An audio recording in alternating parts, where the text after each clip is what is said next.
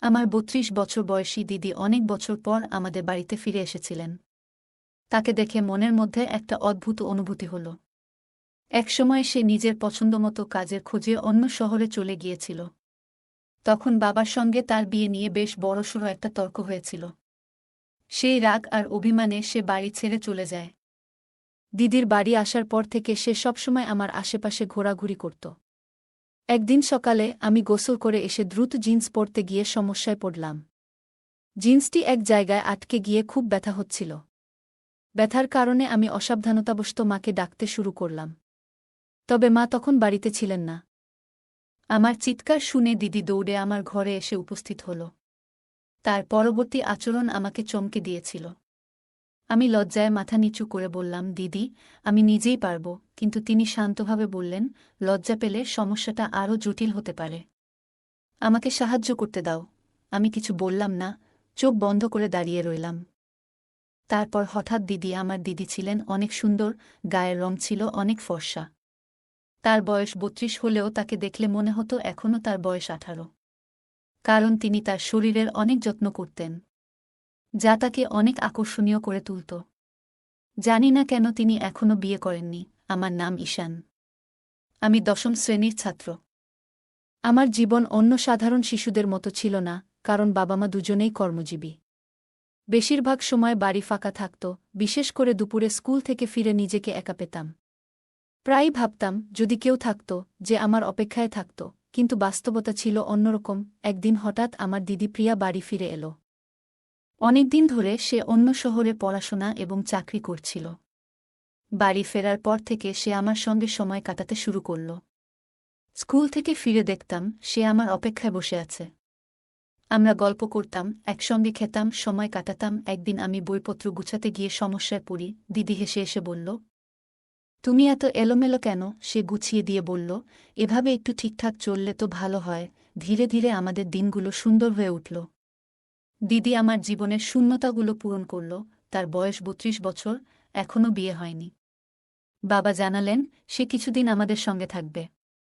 এই খবর যেন আমার জীবনে নতুন আলো নিয়ে এলো। অবশেষে আমার পাশে কেউ থাকবে, আমার গল্প শুনবে এবং যত্ন নেবে। বাড়ির দরজা পার হওয়ার সঙ্গে সঙ্গেই দিদি আমাকে দেখে গলা জড়িয়ে ধরল। সে হাসিমুখে বলল, তুই তো অনেক বড় হয়ে গেছিস ঈশান। তার কণ্ঠে এমন একটা মমতা আর ভালোবাসা ছিল, যেন আমি পৃথিবীর সবচেয়ে সুখী মানুষ।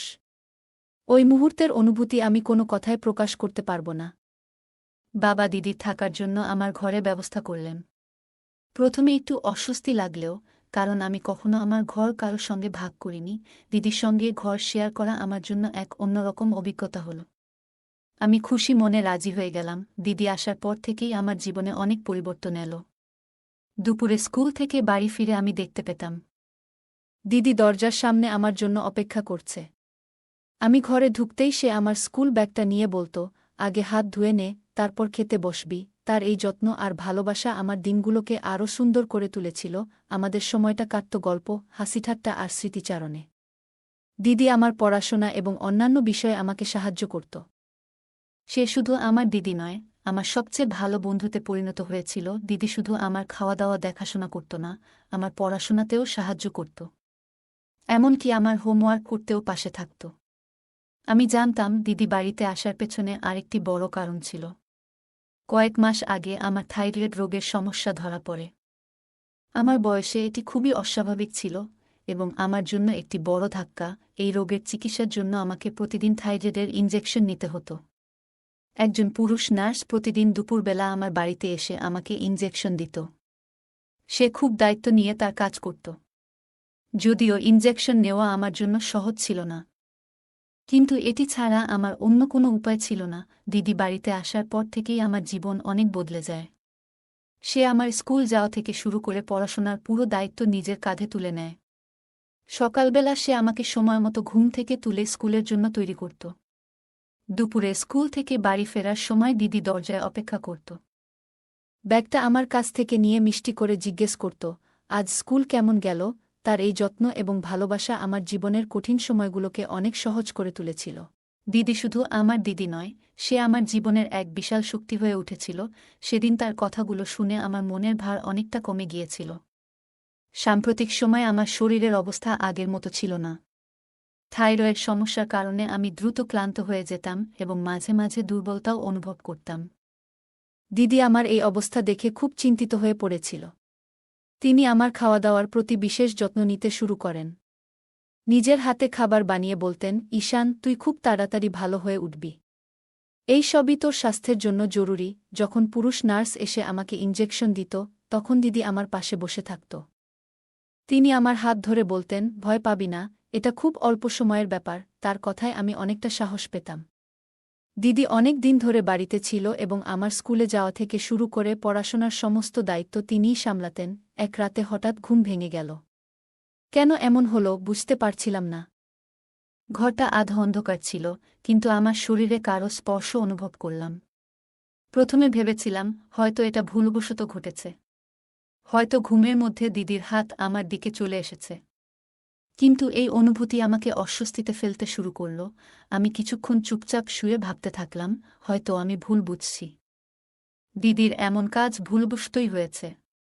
তিনি তো আমার বড় বোন, যার প্রতি আমি পুরোপুরি বিশ্বাস করি। কিন্তু পরের দিন আবার একই ঘটনা ঘটল। এবার আমি সম্পূর্ণ জেগেছিলাম। দিদির আচরণ আমার কাছে অদ্ভুত লাগতে শুরু করল। তার এই স্পর্শ আর ভুল মনে হচ্ছিল না। আমার ভেতরে অস্বস্তি আরও বাড়তে লাগল। আমি তাকে এমন রূপে আগে কখনো দেখিনি। তিনি তো সেই মানুষ, যিনি আমার যত্ন নেন, পড়াশোনায় সাহায্য করেন এবং মায়ের মতো করে আমার পাশে থাকেন। সেই রাতে আমি কিছুই বলিনি, শুধু চুপচাপ শুয়েছিলাম। কিন্তু মনের ভেতর নানা চিন্তা ঘুরছিল।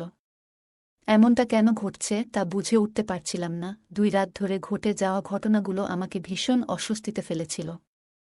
অবশেষে আমি ঠিক করলাম, আর চুপ করে থাকা যাবে না। এটা আমার জন্য খুব বড় বিষয় ছিল। আমি দিদির সঙ্গে কথা বলার সাহস সঞ্চয় করতে শুরু করলাম। তবে আমার মনের ভেতরে একটা ভয় কাজ করছিল, যদি আমার কথা বলার ফলে বাড়ির পরিবেশ খারাপ হয়ে যায়। কিন্তু আমি জানতাম এমন কিছু হলে তা ঠিক নয়। তাই এই বিষয়ে কথা বলা খুবই জরুরি। পরের দিন দুপুরে যখন স্কুল থেকে বাড়ি ফিরলাম, তখন রাতের ঘটনাগুলো আমার মাথায় ঘুরছিল। আমি খুব অস্থির ছিলাম। খাবার খেতে বসে আর নিজেকে আটকাতে পারলাম না। অবশেষে দিদির সঙ্গে কথা বলার সিদ্ধান্ত নিলাম। আমি সরাসরি বললাম, দিদি, গত 2 দিন ধরে রাতে ঘুমানোর সময় তুমি কেন আমার গায়ে হাত রাখছ? তোমার কি কোনো দুঃস্বপ্ন হচ্ছে? আমার প্রশ্ন শুনে দিদির মুখের ভাব মুহূর্তে বদলে গেল। তার চোখে মুখে একটা অদ্ভুত অস্থিরতা দেখা দিল, যা আমি স্পষ্টই বুঝতে পারছিলাম। মনে হচ্ছিল তিনি এই প্রশ্নের জন্য একদম প্রস্তুত ছিলেন না। কিছুক্ষণ পুরো ঘর নিস্তব্ধ হয়ে রইল। এরপর দিদি হালকা কাপা গলায় উত্তর দিলেন, হয়তো আমি কোনো স্বপ্ন দেখেছিলাম। স্বপ্নের মধ্যেই হয়তো ভুলবশত আমার হাত তোর গায়ে চলে গেছে। তার কণ্ঠে এক ধরনের দ্বিধা ছিল। তবে তার উত্তর শুনে আমি কিছুটা শান্ত হলাম। মনে হলো হয়তো আমি বাড়াবাড়ি করে কিছু ভেবেছি। দিদি তো আমার বড় বোন, যিনি আমার দেখাশোনার জন্য এখানে এসেছেন। আমি তার কথাগুলো বিশ্বাস করে নিলাম। ভাবলাম হয়তো এটা সত্যিই স্বপ্নের কারণে ঘটেছে। কিন্তু তার পরিবর্তিত মুখের অভিব্যক্তি এবং দ্বিধাগ্রস্ত উত্তর আমার মনে একটা প্রশ্ন রেখে গেল। আমি এই বিশ্বাসটি এড়িয়ে যাওয়ার চেষ্টা করলেও আমার ভেতরে একটা অজানা ভয় এবং সন্দেহ ঠিকই রয়ে গেল। সেদিনের পর থেকে আমি দিদির আচরণের প্রতি বেশি নজর দিতে শুরু করলাম। তার কিছু কিছু আচরণ আমার কাছে অদ্ভুত মনে হতে থাকল। সেদিন রাতে অস্বস্তি আমার মনকে গ্রাস করেছিল। রাতে ঘুমানোর কিছু সময় পরেই আমার ঘুম ভেঙে যায়। ঘুমানোর আগে আমি একটু পানি খেয়েছিলাম, হয়তো সেই কারণেই আমার মধ্যরাতে ঘুম ভেঙেছিল। আমি উঠে দেখি দিদি আমার পাশে নেই। প্রথমে ভাবলাম হয়তো বাথরুমে গিয়েছে। কিন্তু ঘরের বাথরুমেও তাকে পেলাম না। তখন ঠিক করলাম ঘর থেকে বেরিয়ে একটু খুঁজে দেখি। ঘরের বাইরে গিয়ে চারদিকে তাকিয়ে দেখি দিদি মায়ের ঘরের দরজার বাইরে দাঁড়িয়ে আছেন। তিনি দরজার ফাঁক দিয়ে ভেতরে কি যেন দেখছিলেন। এটা কেন করছিলেন তা বুঝতে পারছিলাম না। আমি ভেবেছিলাম দিদির কাছে গিয়ে জিজ্ঞেস করব। কিন্তু তার আগেই তিনি আমার ঘরের দিকে ফিরে আসেন। যদি তিনি আমাকে দেখে ফেলতেন, তাহলে হয়তো ভাবতেন আমি তাকে অনুসরণ করছি। তাই তার ঘরে ফেরার আগে দ্রুত নিজের জায়গায় ফিরে এসে শুয়ে পড়লাম। কিছুক্ষণের মধ্যে দিদি ঘরে ফিরে এলেন এবং নিজের জায়গায় শুয়ে পড়লেন। কিন্তু তার সেই অদ্ভুত আচরণ আবার শুরু হল। তিনি আমার শরীর ছুঁতে লাগলেন। আমি বুঝতে পারছিলাম না দিদি কেন এমন অদ্ভুত আচরণ করছেন। তবে এটা নিশ্চিত বুঝতে পারলাম যে মায়ের ঘরে কি দেখার পরই তিনি এমন করেন। এখন আমার কৌতূহল আরও বেড়ে গিয়েছিল। পরের দিন দুপুরে বাড়িতে আমরা দুজনই ছিলাম। দিদি আমাকে পড়াশোনা শেখাচ্ছিলেন। তখন সুযোগ নিয়ে আমি সহজভাবে জিজ্ঞেস করলাম, দিদি, তুমি এত সুন্দর, তবুও তোমার বিয়ে হয়নি কেন? দিদি মুচকি হেসে বললেন, আগে মনে হতো বিয়ে মানে অনেক দায়িত্ব এবং ঝামেলা, তাই এর থেকে দূরে থাকতাম। কিন্তু এখন মনে হচ্ছে বিয়ে করাটা দরকারি। তবে আমার বয়স যেহেতু একটু বেড়ে গেছে, তাই মনের মতো সঙ্গী পাওয়া কঠিন। তার এই কথার পর আমি আর কোনো প্রশ্ন করিনি। চুপচাপ পড়ায় মন দিলাম। কিছুক্ষণ পরেই এক নার্স বাড়িতে এলেন আমাকে ইনজেকশন দিতে।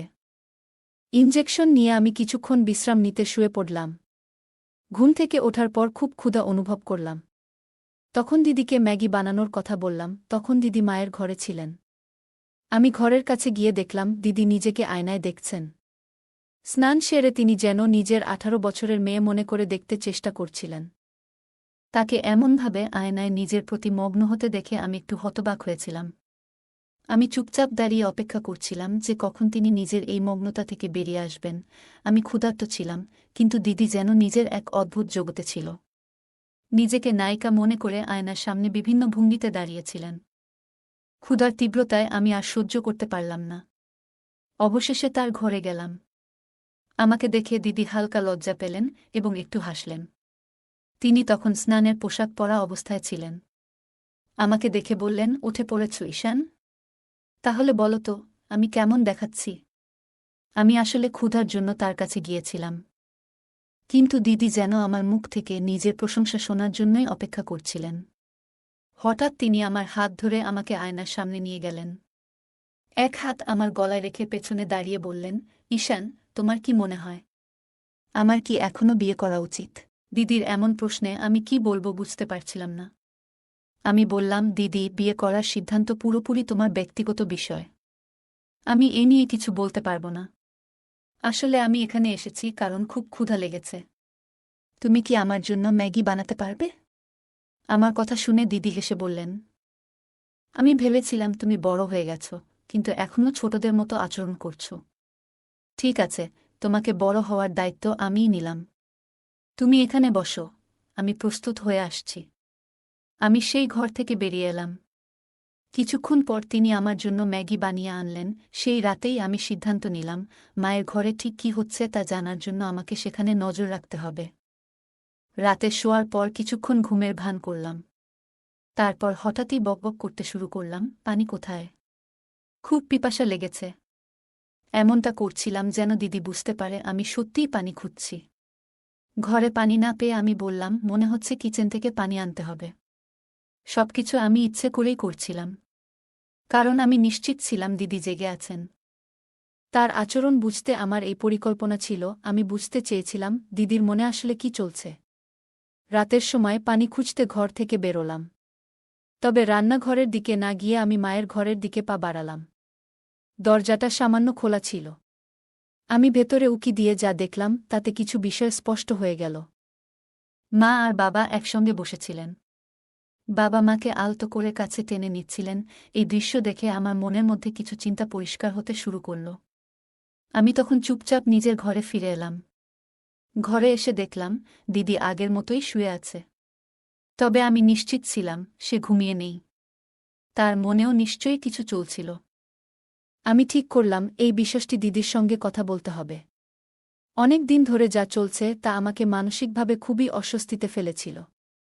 সেই রাতে আমি ঘুমাতে পারলাম না। বারবার মাথায় ঘুরছিল দিদির অদ্ভুত আচরণ আর মায়ের ঘরে দেখা সেই দৃশ্য। এরপর 3 দিন কেটে গেল। আমার গ্রীষ্মের ছুটি শুরু হতে চলেছে। মা বাবা ছুটির জন্য একটি ভ্রমণের পরিকল্পনা করলেন। তবে সেই ভ্রমণ ছিল শুধু তাদের জন্য। তারা বললেন, আমার সামনে বোর্ড পরীক্ষা রয়েছে। এই সময়টা পড়াশোনার জন্য কাজে লাগানো উচিত। আমি অনেক বুঝিয়েও তাদের সঙ্গে যেতে রাজি করাতে পারলাম না। মা বাবা বললেন, ঈশান, এই সময়টা তোমার জন্য খুব গুরুত্বপূর্ণ, তোমার পড়াশোনায় মনোযোগ দেওয়া উচিত। 3 দিন পর আমার ছুটি শুরু হতেই মা বাবা তাদের ভ্রমণে বেরিয়ে গেলেন। বাড়িতে আমি আর দিদি একাই রয়ে গেলাম।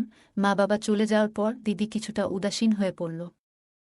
আমি তার পাশে গিয়ে বসে হাসতে হাসতে বললাম, দিদি, এখন তো তোমারও বিয়ে করার ইচ্ছে হচ্ছে, তাই না? এখানে এসে মা বাবাকে একসঙ্গে দেখে নিশ্চয়ই মনে হয় তোমারও এমন একজন থাকা উচিত যে তোমাকে ভালোবাসবে। আমার কথা শুনে দিদির চোখে পানি চলে এলো। সে কান্নার মধ্যে বলল, ঈশান, তুমি সত্যিই আমার মনের কথা বুঝে ফেলেছ। এরপর সে তার মনের কথা বলতে শুরু করল। সেদিন সকালে দিদি হঠাৎ আমাকে জড়িয়ে ধরে বলল, তুমি তো অনেক বড় হয়ে গেছ। আমি এতদিন ভেবেছিলাম তুমি এখনও ছোটই আছো। কিন্তু তোমার কথাগুলো শুনে মনে হলো তুমি এখন সত্যিই একজন পরিপক্ক মানুষ। তারপর দিদি বলল, তোমার কি সত্যিই মনে হয় এই বয়সে আমাকে কেউ পছন্দ করতে পারে? দিদির এই প্রশ্নের কোনো উত্তর আমার কাছে ছিল না। তবে সেই দিনের পর থেকে দিদির আচরণে এক আশ্চর্য পরিবর্তন দেখা দিল। দিদি মায়ের কিছু স্টাইলিশ পোশাক পরতে শুরু করলেন। দিদিকে ওই রকম পোশাকে দেখলে আমারও চোখ আটকে যেত। বিশেষ করে যখন তিনি মেকআপ করে সেজেগুজে আসতেন, তখন তিনি আমার কাছ থেকে প্রশংসা শোনার জন্য অপেক্ষা করতেন। শুধু তাই নয়, মাঝে মাঝে আমার সঙ্গে ছবি তুলতে চাইতেন এবং ইচ্ছাকৃতভাবে আমার কাছাকাছি থাকতেন। তার আচরণ আমার মনে কিছুটা অস্বস্তি তৈরি করেছিল। তবে আমি কিছু বলিনি। একদিন সকালে আমি গোসল করে এসে দ্রুত জিন্স পরতে গিয়ে সমস্যায় পড়লাম। জিন্সটি এক জায়গায় আটকে গিয়ে খুব ব্যথা হচ্ছিল। ব্যথার কারণে আমি অসাবধানতাবশত মাকে ডাকতে শুরু করলাম। তবে মা তখন বাড়িতে ছিলেন না। আমার চিৎকার শুনে দিদি দৌড়ে আমার ঘরে এসে উপস্থিত হল। তার পরবর্তী আচরণ আমাকে চমকে দিয়েছিল। তিনি আমাকে জিজ্ঞাসা করলেন, কি হয়েছে ঈশান? আমি সবকিছু খুলে বললাম। তিনি হেসে বললেন, তোমার মাও বাড়িতে নেই, তাই তোমার সমস্যা মেটাতে এখন আমাকেই এগিয়ে আসতে হবে। আমি লজ্জায় মাথা নিচু করে বললাম, দিদি, আমি নিজেই পারব। কিন্তু তিনি শান্তভাবে বললেন, লজ্জা পেলে সমস্যাটা আরও জটিল হতে পারে। আমাকে সাহায্য করতে দাও। আমি কিছু বললাম না, চোখ বন্ধ করে দাঁড়িয়ে রইলাম। কয়েক মিনিটের মধ্যেই তিনি সমস্যার সমাধান করে দিলেন, আর আমি স্বস্তি পেলাম। তবে ওই ঘটনার পর দিদির আচরণে এক ধরনের পরিবর্তন দেখা গেল। তিনি বললেন, ঈশান, আমি সবসময় তোমাকে ছোট মনে করতাম, কিন্তু এখন বুঝতে পারছি তুমি অনেক বড় হয়ে গেছ। তার কথায় আমি একটু অপ্রস্তুত হয়ে গেলাম। সেদিন সন্ধ্যায় দিদি বললেন, মা বাড়ি না ফেরা পর্যন্ত আমি তোমার দায়িত্ব নিচ্ছি। আমি লজ্জায় না বলতে চেয়েছিলাম, কিন্তু তিনি জোর দিয়ে বললেন, তোমার ভুল যাতে আর না হয় সেটা দেখা আমার দায়িত্ব। পরের দিন দুপুরে যখন আমি ঘুমাচ্ছিলাম না, টিভি চালিয়ে বসেছিলাম। হঠাৎ টিভির আওয়াজ শুনে দিদি মায়ের ঘর থেকে বেরিয়ে এলেন। তার অভিব্যক্তি দেখে মনে হল তিনি আমার প্রতি আরও খেয়াল রাখার সিদ্ধান্ত নিয়েছেন। তিনি সেদিন মায়ের একটি স্টাইলিশ পোশাক পরেছিলেন এবং তার চলাফেরায় কিছুটা ভিন্নতা লক্ষ্য করলাম। একদিন দিদি বললেন, ঈশান, আজ তোমার জন্য আমি বিশেষ করে পানিপুরি বানিয়েছি। আমি হেসে বললাম, ঠিক আছে, আনো। দিদি কিচেনে যাওয়ার আগে টিভি বন্ধ করে দিলেন। তবে আশ্চর্যজনকভাবে তিনি আমাকে হলের পরিবর্তে আমার ঘরে নিয়ে গেলেন। সেখানে আমাকে বিছানায় বসিয়ে নিজের হাতে পানিপুরি খাওয়াতে শুরু করলেন। পানিপুরি খাওয়ানোর সময় দিদি বারবার আমার চুলে হাত বুলিয়ে বলছিলেন, তুমি অনেক বুদ্ধিমান হয়ে গেছ, এখন তো অনেক বড় হয়ে গেছ।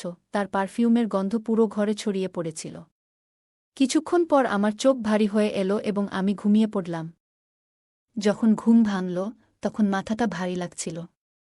আমি ধীরে ধীরে উঠে বসলাম। কিছু সময় পর দিদি ঘরে ঢুকে এক অদ্ভুত হাসি নিয়ে বললেন, ঈশান, তুমি জানো না তুমি আমার জীবনে কত আনন্দ নিয়ে এসেছ। আমি তার কথা ঠিকমতো বুঝতে পারছিলাম না, শুধু মাথা নেড়ে সাড়া দিলাম। এরপর দিদি বললেন, ফ্রেশ হয়ে এসো, আমরা অনেক মজা করব। ফ্রেশ হয়ে যখন ঘর থেকে বের হলাম, তখন দেখলাম দিদি আমার পছন্দের গান চালিয়েছেন। সাধারণত তিনি ড্যান্স বা ডিজে গান একেবারেই পছন্দ করতেন না, কিন্তু সেদিন তিনি নিজেই আমার হাত ধরে বললেন, চলো নাচি। আমাকে ড্যান্স শেখাতে শেখাতে দিদি বললেন, তোমার সাথে আজ এত মজা হচ্ছে, মনে হচ্ছে দিনগুলো খুব সুন্দর হয়ে গেছে। দিন যেতে লাগল এবং আমি বুঝতে পারছিলাম না কেন দিদি এত খুশি থাকছেন। তবে প্রতিদিন দুপুরে ঘুম থেকে ওঠার পর শরীরটা ক্লান্ত লাগত। আমি যখনই জিজ্ঞাসা করতাম, দিদি মুচকি হেসে বলতেন, তুমি আমাকে আজও অনেক খুশি করেছ।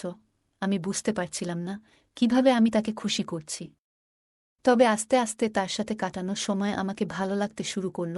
শুরুতে কিছুটা অস্বস্তি থাকলেও ধীরে ধীরে আমি দিদির আচরণে অভ্যস্ত হয়ে পড়লাম। আমাদের সম্পর্কের মধ্যে এক ধরনের নতুনত্ব আসতে লাগল।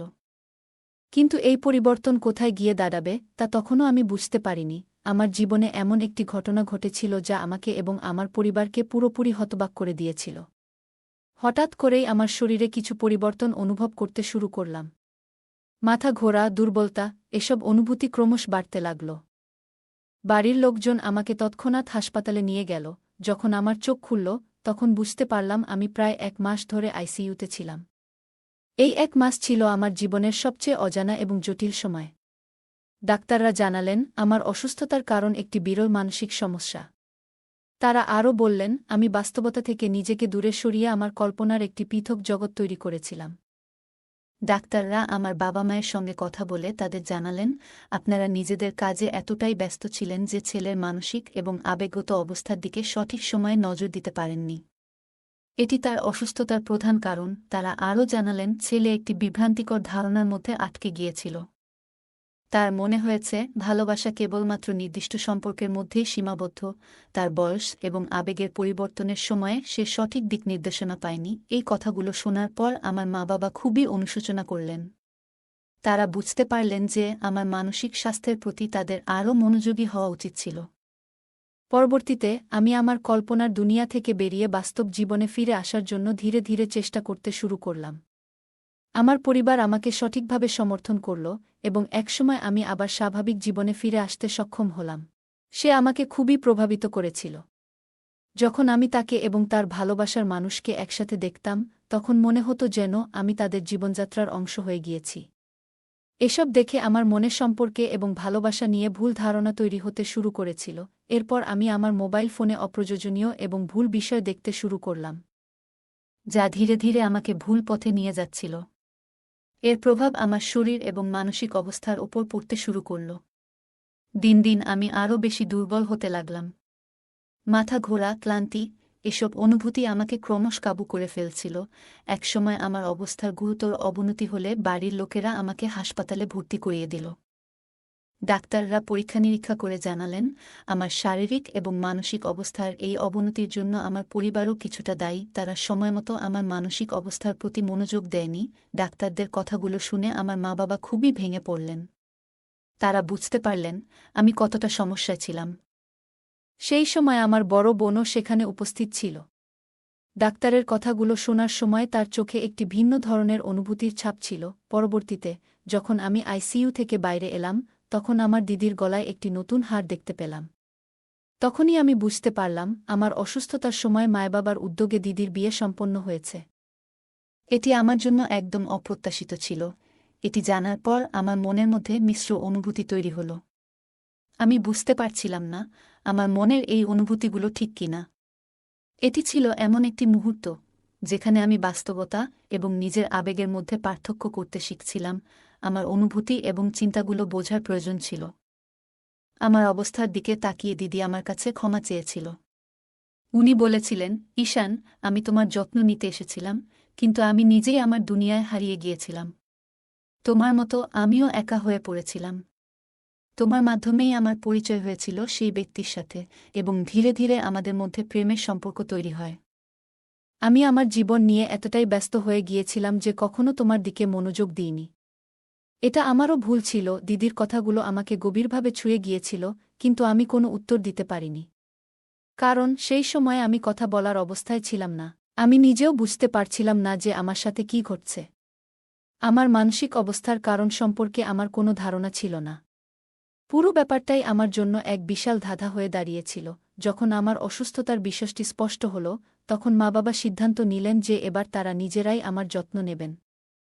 সেই দিন থেকে তারা আমার সাথে কথা বলা শুরু করলেন এবং ধীরে ধীরে আমি অনুভব করতে লাগলাম যে ভালোবাসা শুধু প্রেমিক-প্রেমিকার সম্পর্ক নয়।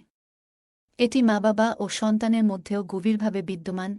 মা-বাবা আমাকে বুঝিয়েছিলেন যে পরিবারের উপস্থিতি এবং যত্ন সন্তানের জন্য কতটা গুরুত্বপূর্ণ। তারা আমার সাথে আরও বেশি সময় কাটাতে লাগলেন এবং আমার অনুভূতিগুলো বোঝার চেষ্টা করলেন।